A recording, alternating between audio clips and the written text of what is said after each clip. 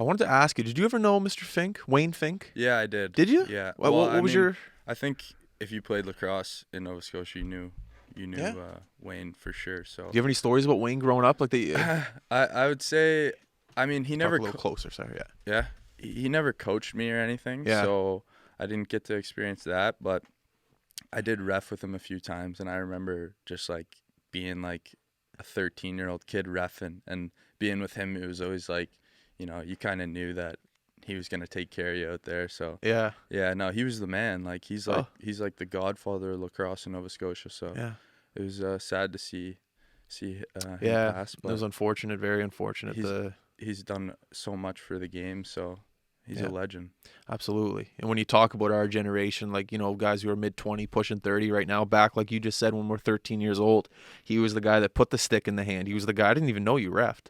Yeah, just as a kid, like a little bit, yeah. Maybe that's the thing. Like, I remember stories where he would be at games and refs didn't really know what to do in certain situations. And even if he was up in the stands or, like, working the clock, he would stop the game and be like, no, this is actually how you do it. Not in a rude way, we just didn't know how to do it. So he educated the whole province on certain things. And to this day, like I said in that article I wrote a month ago, just who knows where Lacrosse Nova Scotia would be if it wasn't for that guy. There's other people as well, but he helped for sure, man.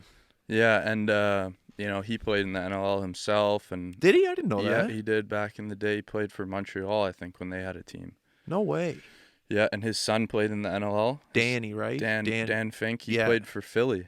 Did he? Yeah, so that's kind of cool. But and he has a daughter. His daughter, I think she played like Division I. She played NCAA. So like crazy. Yeah, definitely shows his knowledge and what he passed down. I remember when he introduced the game to our elementary school, and within the next week, 50% of the kids walking around had a lacrosse stick in their hand. That's what I was talking about, being in school, just always having the stick in my hand. It was like a wave that just kind of went over the whole school. And the next thing you know, everyone's asking questions like, okay, what does a lacrosse helmet look like? What's a rib cage? What does an elbow pad look like? The curiosity, at least within my school, was ridiculous. We had questions for days. How do you do this? How do you do that? What happens when you score?